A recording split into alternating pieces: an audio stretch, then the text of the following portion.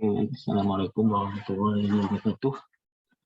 Pada kesempatan hari ini kita akan menjelaskan mengenai materi tentang kerusakan otak manusia ya. Ini dalam mata kuliah biopsikologi angkatan 2020 ya. Oke.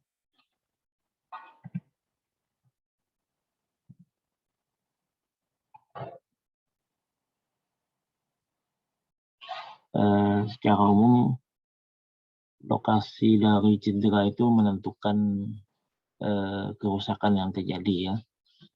Jadi secara umum otak itu dibagi menjadi 3 bagian ya. Jadi ketika terjadi cedera pada salah satu bagian maka akan menyebabkan kerusakannya. Nah, kalau kita lihat pada materi sebelumnya, jadi otak itu dibagi menjadi 3 bagian ya. Yang pertama adalah otak besar.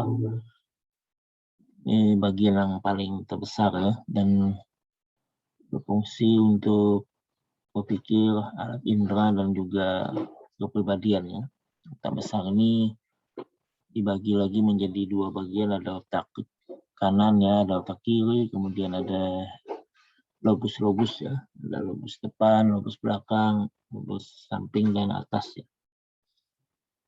Nah, otak besar ini sekali lagi punya fungsi berpikir, alat indera, dan juga kepribadian ya.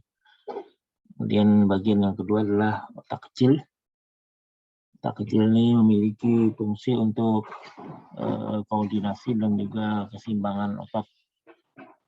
Jadi kita melakukan pergerakan atau aktivitas gerak itu karena ada otak kecil yang mengkoordinasikannya. Yang ketiga adalah batang otak. Jadi batang otak ini berfungsi untuk menghubungkan otak dengan sumsum tulang belakang dan memiliki wilayah yang berfungsi untuk mengontrol saraf-saraf yang tidak sadar ya, dan simpatik dan parasimpatik, pernapasan, detak jantung, dan keseimbangan tubuh, homeostasis.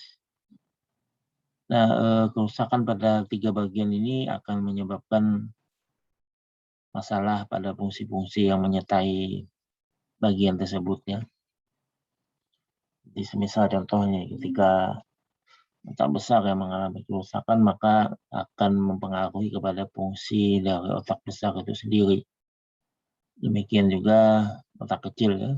Kalau otak kecilnya mengalami gangguan atau masalah maka fungsi dari otak kecilnya akan ikut terganggu.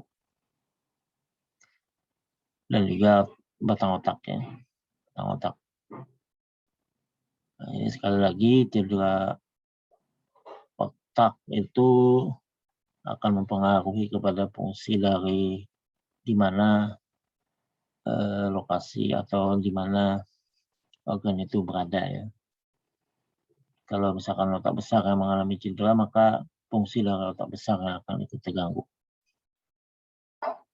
Oke. Nah, secara umum kerusakan otak itu disebabkan oleh 3 faktor, 3 faktor atau 3 penyebab, yaitu adalah cedera otak traumatis, kemudian adanya kerusakan kimia pada otak, dan juga cedera otak di akuisisi ya.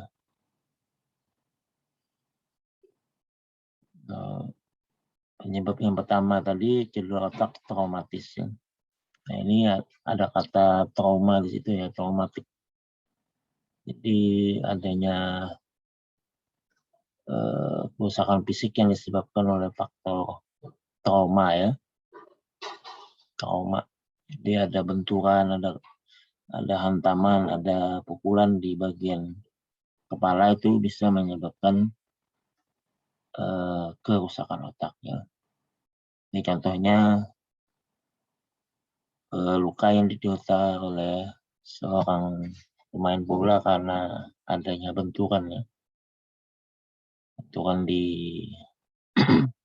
otak, atau contoh yang lain misalkan kecelakaan lalu lintas misalnya ya, sehingga kepalanya terbentur ke aspal kan misalnya ya.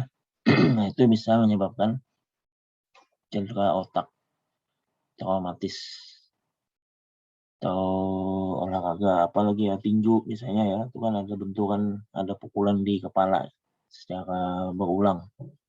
Itu bisa menyebabkan cedera otak traumatis. Nah, kekuatan fisik tadi dapat menyebabkan perubahan dalam kerja otak ya. Jika jaringan yang rusak itu irreversible. Reversible itu lawannya reversible.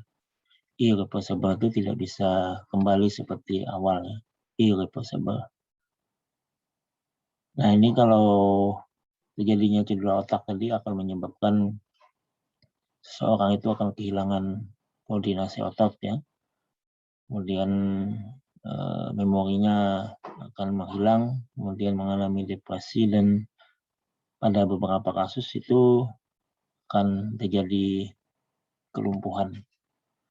Setelah terjadi trauma, dia akan lumpuh ya, atau memorinya hilang. Bahasa memori hilang ini amnesia ya, amnesia. Jadi dia tidak ingat lagi apa yang terjadi sebelum kecelakaannya, atau dia tidak ingat lagi setelah kecelakaan itu apa yang terjadi.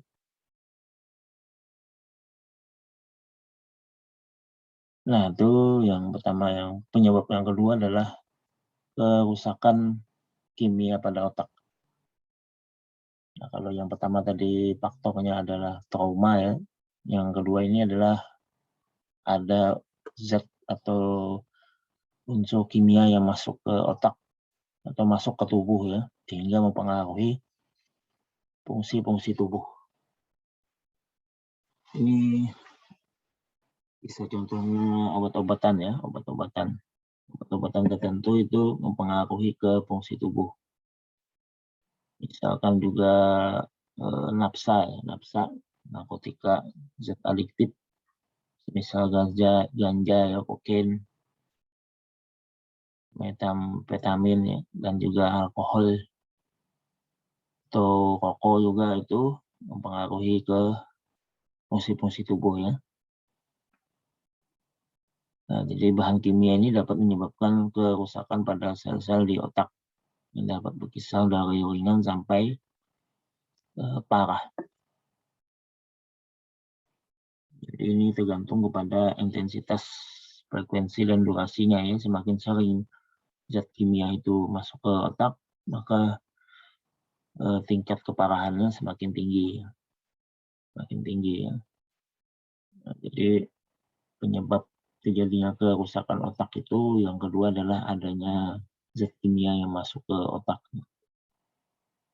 Kalau yang pertama tadi adalah traumatik ya. Jadi para pecandu narkoba, baik oral maupun suntik, itu pasti akan mengalami kerusakan pada otaknya ya. Kemudian yang ketiga adalah cedera otak di akuisisi. Nah, ini kalau yang pertama tadi trauma, yang kedua adalah kimia, yang ketiga adalah adanya penyakit atau kondisi tertentu yang terjadi di otak sehingga menyebabkan terjadinya kerusakan otaknya. Jadi ada kejadian atau ada sesuatu yang terjadi di otak atau di tubuh kita sehingga menyebabkan terjadinya kerusakan otak.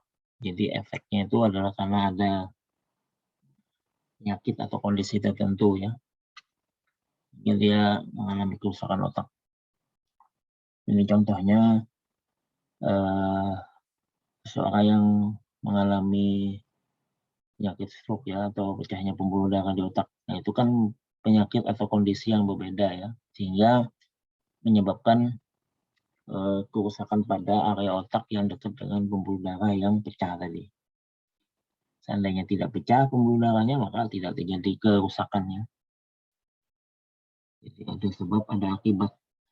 Sebabnya adalah stroke, kemudian akibatnya terjadilah kerusakan pada area otak yang dekat dengan pecah pembuluh darah tadi. Nah, ini tergantung wilayah mana yang pecah pembuluh darahnya. Kalau wilayahnya dekat dengan area bicara, maka kemampuan bicaranya akan menurun ya. Atau dekat dengan wilayah motorik misalnya atau gerakan, maka gerakannya yang akan mengalami hambatan atau gangguannya. Nah, umumnya sih di daerah itu ya, bicara, visual, dan juga motorik. Nah, sehingga hampir sebagian besar penyakit atau pasien stroke itu akan kehilangan untuk kemampuan berbicara, berjalan, atau melihatnya ya, karena adanya pembuluh darah yang pecah di bagian otak ya, atau di bagian area yang mengurusi masalah bicara, visual, dan juga motorik. Nah, penyakit lain yang bisa menyebabkan adanya menurunnya fungsi-fungsi otak tadi itu, selain stroke itu bisa encephalitis ya. Encephalitis itu temannya meningitis ya, jadi infeksi pada selaput otak, atau Alzheimer juga. Nah, jadi bentuk-bentuk kerusakan yang itu disebut sebagai cedera otak yang diakuisisi. Jadi sekali lagi ada 3, karena trauma, kimia, dan juga akuisisi. Oke. Nah, kita lihat lagi ya. Jadi setelah ini kita lihat ke gangguan-gangguannya ya. Gangguan-gangguan yang lazimnya dialami oleh seseorang ya. Gangguan neuropsikologis. Neuro itu kan saraf ya, psikologis. Gangguan pesarapan. Nah, jadi yang pertama adalah epilepsi ya, epilepsi. Kalau di kampung itu namanya ayan ya, ayan. Jadi epilepsi ini adalah gangguan sistem saraf pusat akibat aktivitas listrik otak yang tidak normal ya. Jadi, kita melakukan aktivitas ini kan karena ada aliran listrik. Nah, pada penyakit epilepsi ini aliran listriknya itu berlebihan ya, sehingga menimbulkan kejang-kejang ya, atau sensasi dan perilaku yang tidak biasa hingga kehilangan kesadaran. Nah, jadi epilepsi ini bisa disebabkan oleh beberapa faktor ya, atau beberapa penyebab. Bisa karena virus ya, atau juga neurotoksin, kemudian tumor di otak juga, dan juga adanya pukulan di kepala.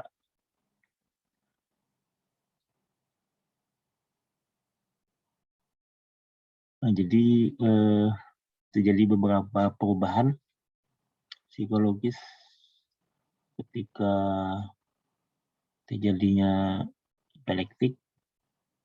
Yang pasti adanya kejang-kejang ya, kejang-kejang, kemudian penciuman yang buruk, ya, perhatian yang khas, berhalusinasi, dan juga ada dada sesak.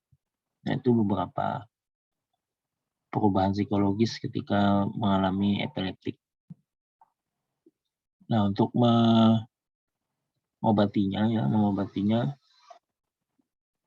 biasanya dokter saraf itu akan memberikan obat-obatan ya untuk menstabilkan aktivitas listrik di otaknya dan juga mengendalikan kejang pada penderita epilepsi. Jadi akan diberikan obat secara rutin, obat jenis anti epilepsi ya. Nah, jadi epilepsi ini tidak mengenal tempat dan waktu ya, jadi dia bisa muncul kapan saja. Sehingga harus betul-betul dijaga ya. Jangan sampai ketika dia mengalami epilepsi dia berada pada lokasi atau tempat yang berbahaya. Karena efek sekundernya ya, sekunder dari epilepsi itu yang dihindari ya. Kalau misalkan dia berada di ketinggian misalnya ya, ketika terjadi serangan maka dia bisa jatuh sehingga mengalami cedera atau patah tulang. Atau dia berada di air misalnya ya, ketika terjadi serangan kan berbahaya, tenggelam. Nah, oleh karena itu perlu diperhatikan mengenai tempat-tempatnya.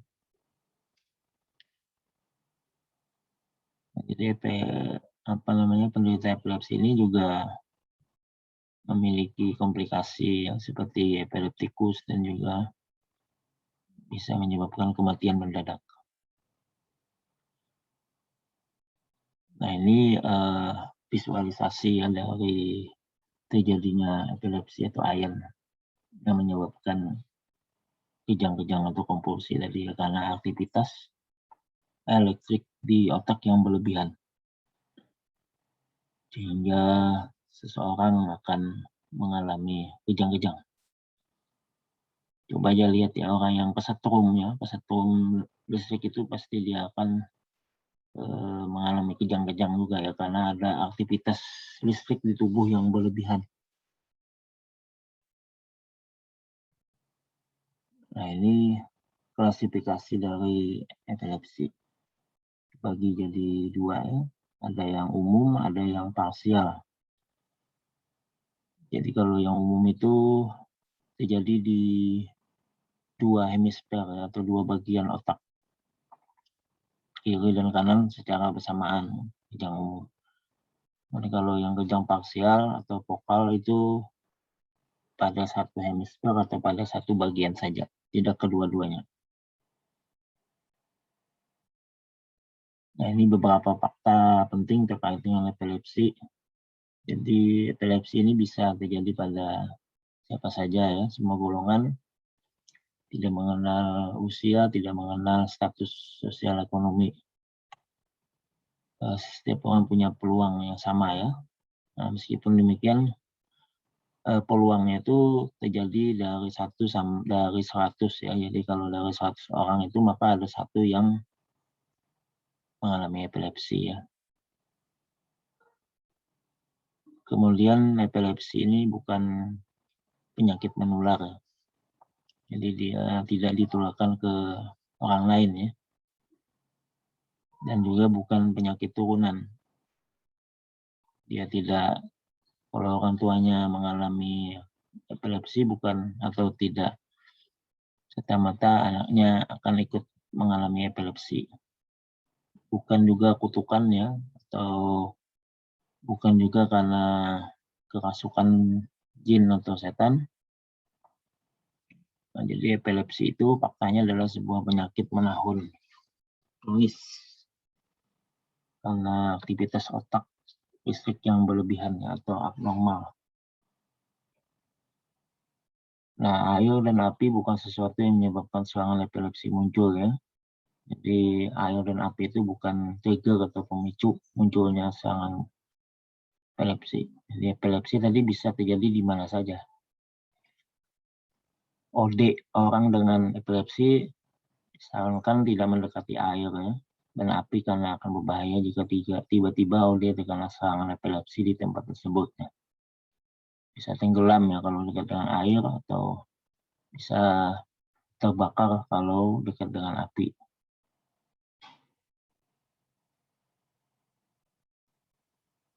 Nah, itu yang pertama. Yang kedua adalah penyakit Parkinson ya.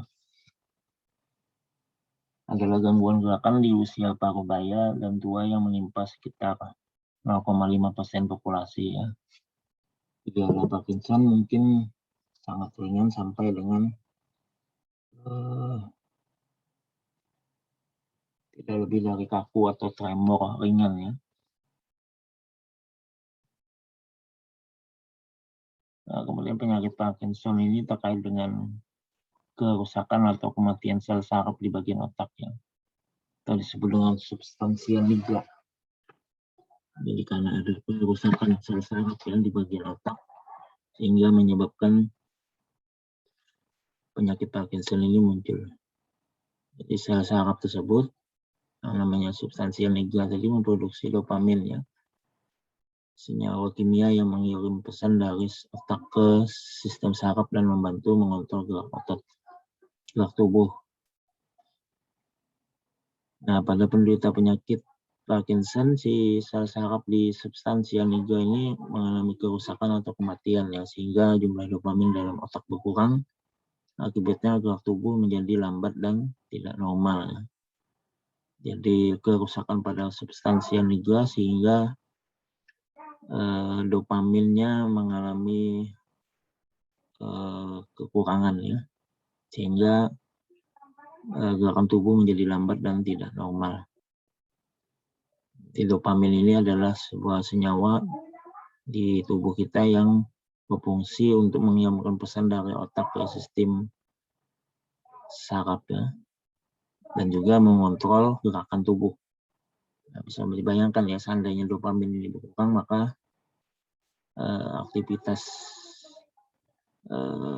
pesan dari otak ke sistem saraf akan mengalami gangguan ya, dan juga kontrol gerak tubuh juga akan ikut terganggu.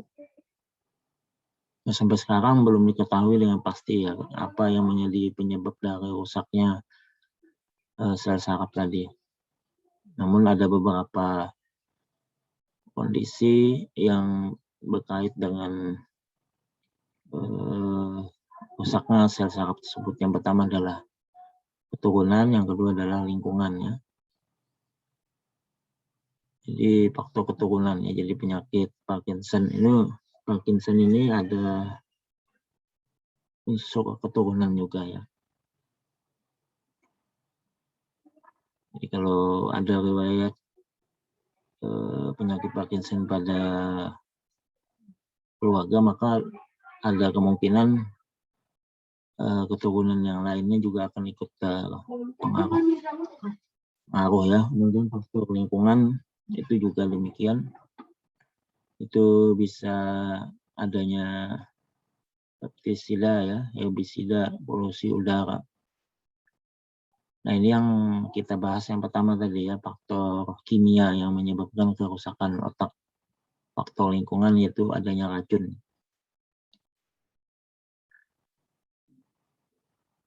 Nah, kemudian beberapa penelitian itu sudah menunjukkan bahwa Parkinson ini lebih menyerang pria dibandingkan perempuan ya, dan usia yang diserang itu hampir sebagian besar itu berusia di atas 60 tahun ke atas. Jadi sekali lagi rusaknya sel saraf tadi belum diketahui dengan pasti penyebabnya ya, namun kondisi-kondisi tertentu itu bisa menyebabkan orang itu lebih besar untuk terpapar penyakit Parkinson ya, yaitu keturunan, lingkungan, dan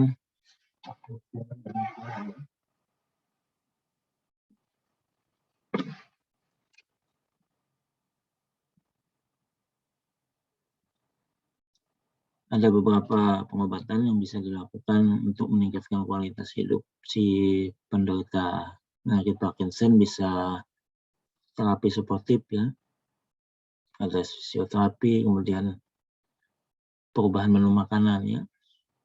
Ini untuk mengubah faktor lingkungan tadi ya. Kemudian obat-obatan ini untuk meredakan gejala-gejala yang muncul. Nah, kemudian ada juga tindakan bedah untuk mengurangi ya. Nah, belum diketahui apakah penyakit Parkinson dapat dicegah atau tidak ya, karena faktor keturunan tadi. Namun adanya konsumsi makanan yang baik ya, dan juga olahraga yang rutin itu dapat atau diyakini dapat mengurangi risiko terjadinya Parkinson.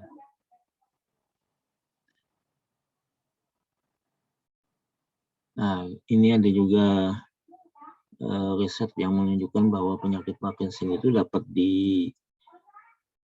diantisipasi atau dihindari pada orang yang rutin mengkonsumsi minuman-minum yang berkafein ya, kopi dan teh.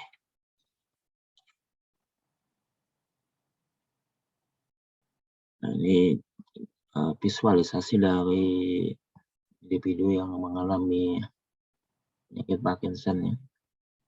Jadi ada kerusakan pada sel saraf tadi itu sehingga aktivitas geraknya akan mengalami hambatan. Jadi dia mengalami tremor. Nah, ini gejala-gejala ya, gejala-gejala dari orang yang mengalami Parkinson disease. Jadi kepalanya mengarah ke depan ya, kemudian tremor. Tidak hanya tangannya saja yang tremor, tapi juga kepalanya tremor ya. Kemudian ekspresi wajahnya juga akan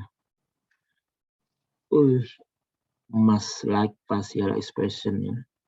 Di ekspresi wajah topeng. Jadi ada ekspresi kekakuan ya. Kemudian berat badan menurun. Kemudian akinesia ya, absence of property of normal movement. Jadi keterbatasan pergerakan. Kehilangan refleks juga, loss of postural reflex ya, jadi kehilangan gerak refleks. Itu beberapa clinical picture atau gejala-gejala dari penyakit Parkinson yang biasa dilakukan manajemennya adalah drug terapi tadi, rehabilitasi atau fisioterapi ya. Kemudian juga ada client and family education ya, psikoterapi ini.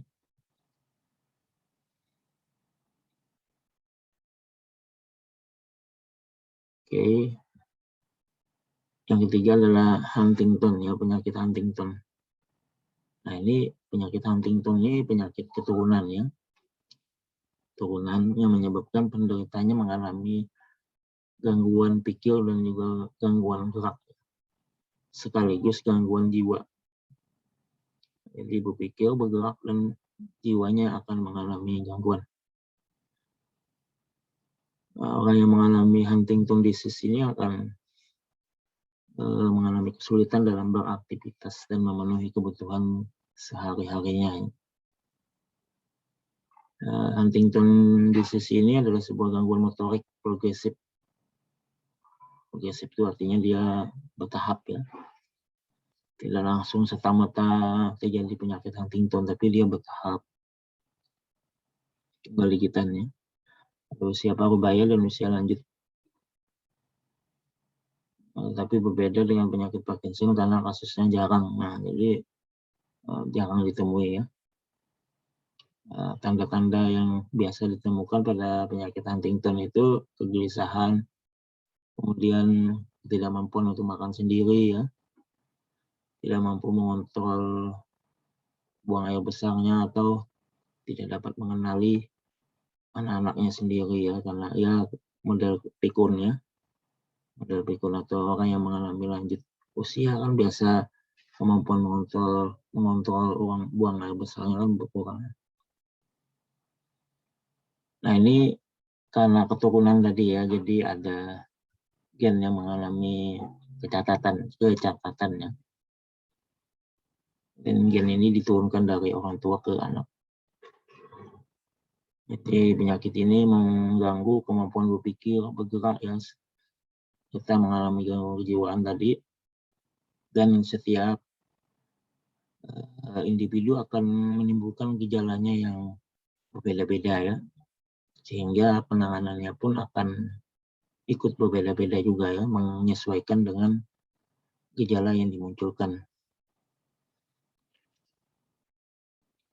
Nah, umumnya muncul pada usia 30 sampai 40 tahun ya. Namun tidak menutup kemungkinan juga muncul di bawah 20 tahun atau pada masa anak-anak atau remaja. Biasanya bahasa medisnya disebut sebagai juvenile Huntington. Nah, tadi sudah dibahas bahwa ini penyakit turunan ya, sehingga yang bisa kita antisipasi adalah meredakan gejala yang muncul saja ya, gejala berpikir ya, gejala gerak, dan gejala kejiwaan. Ya, individu itu akan memunculkan gejalanya yang berbeda-beda ya. Oleh karena itu perlu dikonsulkan dengan dokter saraf ya. Nanti dokter saraf yang akan memberikan pengobatan yang apa yang pas sesuai dengan gejala yang dimunculkan ya.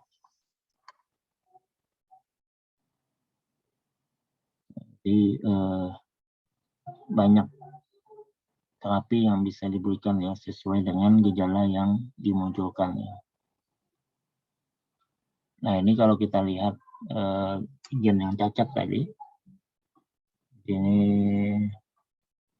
ayah ya, ibu yang membawa gen cacat itu adalah ayahnya, sehingga anak yang di bawah ini akan terikut.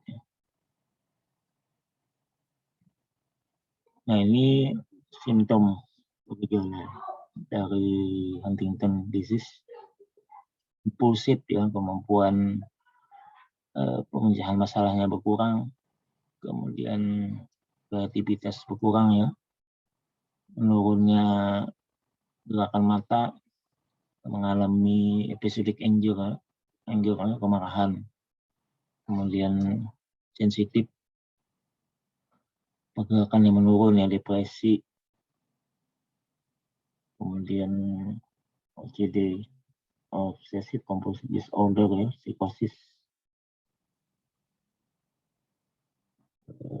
kemudian menurunnya kemampuan multitasking atau bekerja atau mengerjakan banyak tugas dalam satu waktu, konsentrasinya juga menurun ya, organizing-nya atau mengorganisasi diri atau orang lain juga menurun ya. Nah, itu gejala-gejala dan penanganan atau pengobatannya disesuaikan dengan gejala ya yang dimunculkan. Nah, ini kalau dilihat persentase yang muncul, depresi itu 40-80% penderita HIV akan memunculkan gejala Huntington itu memunculkan gejala depresi ya. Kemudian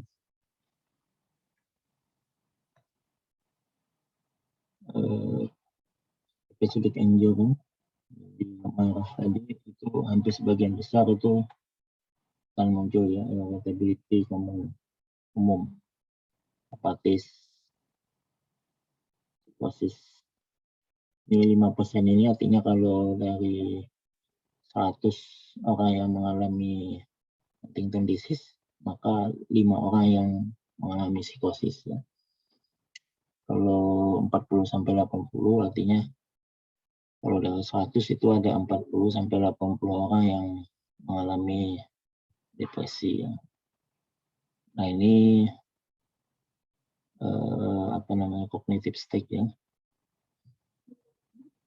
Pada penderita Huntington disease mulai dari step awal ya, intermediate dan juga step lanjutan.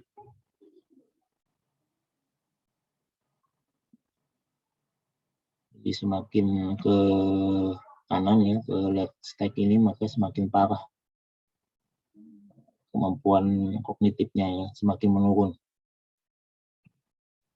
Oke, yang ketiga itu multiple sclerosis.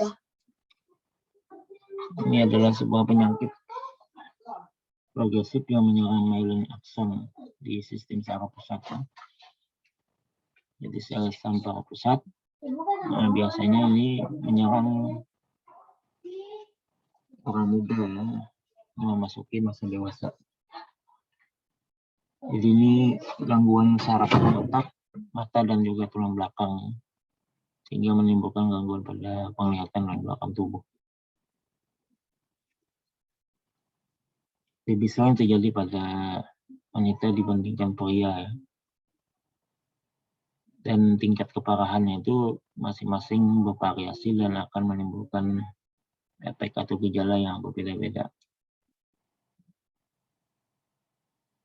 Tergantung pada lokasi saraf yang terpengaruh ya. Umumnya sih mengalami gangguan gerak dan penglihatannya.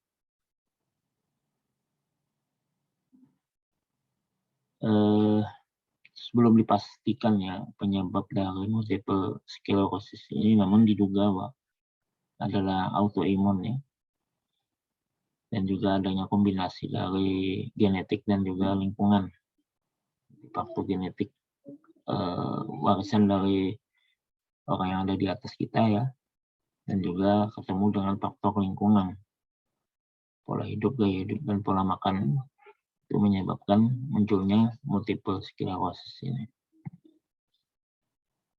Nah, jenis pengobatan yang bisa digunakan itu ada dua ya, untuk meredakan gejalanya dan juga untuk mencegah munculnya kekambuhannya.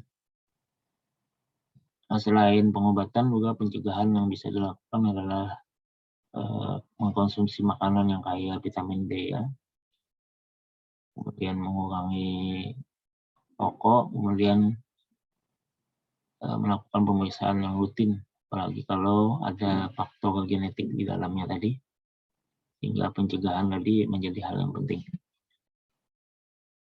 Nah, ini beberapa hal penting terkait dengan multiple sclerosis ya.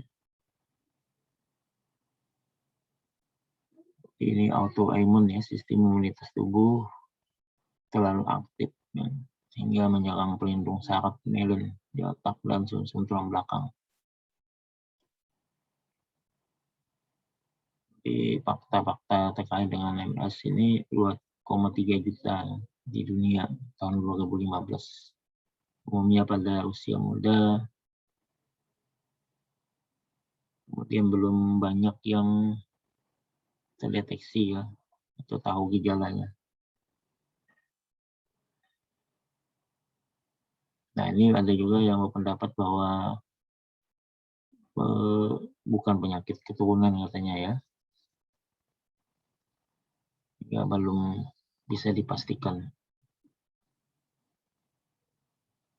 Ini gejala-gejalanya ada kelelahan kronis, kehilangan keseimbangan koordinasi, gangguan kognitif, kesulitan dalam berjalan. Ya. Yang lainnya adalah kesulitan bicara, sensitif terhadap panas, dan juga sulit menahan BAK ya. Oke, yang berikutnya adalah Alzheimer. Alzheimer ini adalah penyakit otak yang mengakibatkan penurunan daya ingat tubuh, daya ingat memori ya. Ini umumnya ditemukan pada orang yang berada di usia 65 tahun ke atas. Biasanya ini penurunan selektif ingatan, confusing ya, kebingungan, iritabilitas, kecemasan, dan kemunduran bicara. Itu beberapa tahapan-tahapan dari penyakit Alzheimer. Alzheimer ini pengobatannya hanya untuk mengurangi gejala dan perkembangan penyakitnya saja ya. Biasanya diberikan obat-obatan dan juga psikoterapi, edukasi ke kliennya, atau ke pasien, dan juga ke keluarganya. Dan juga untuk menstimulasi dan merelaksasi otak pasien Alzheimer. Jadi ciri khas dari pasien Alzheimer itu adalah penurunan kemampuan otak ya, daya ingat, dan juga kehilangan untuk mengontrol buang air. Ya, dia mengalami kerentanan untuk jatuh ya karena kemampuan otot tadi otak. Kemudian mengalami kurang gizi, kemampuan berbicara yang menurun ya. Juga terkena infeksi dan mengalami berbagai komplikasi. Nah, ini beberapa hal yang bisa mencegah penyakit Alzheimer: merokok, ya, berat badan dijaga dengan baik, konsumsi makanan bergizi, rutin olahraga, dan mengkonsumsi suplemen yang baik untuk kesehatan otak. Nah, ini gambaran dari otak yang sehat, ya, dan juga yang mengalami Alzheimer pengecilan, ya. Jadi mengerucut, ya, ini coba lihat sistem sel sarafnya, ya. Kalau heart plan-nya masih bagus, tapi kalau Alzheimer brain-nya banyak yang rusak. Lihat juga otak besarnya ini, kalau yang heart plan-nya mulus, ya. Kalau ini sudah mengeriput dan mengecil. Ini juga sudah mulai mengecil atau mengeriput. Nah, ini simptom-simptom dari Alzheimer. Ini Alzheimer ini mendekati pikun, ya, kepikunan. Oke, itu materi kita tentang kerusakan pada otak manusia, ya. Mudah-mudahan bisa dipahami dengan baik. Mari kita tutup kuliah ini dengan sama-sama membaca hamdalah.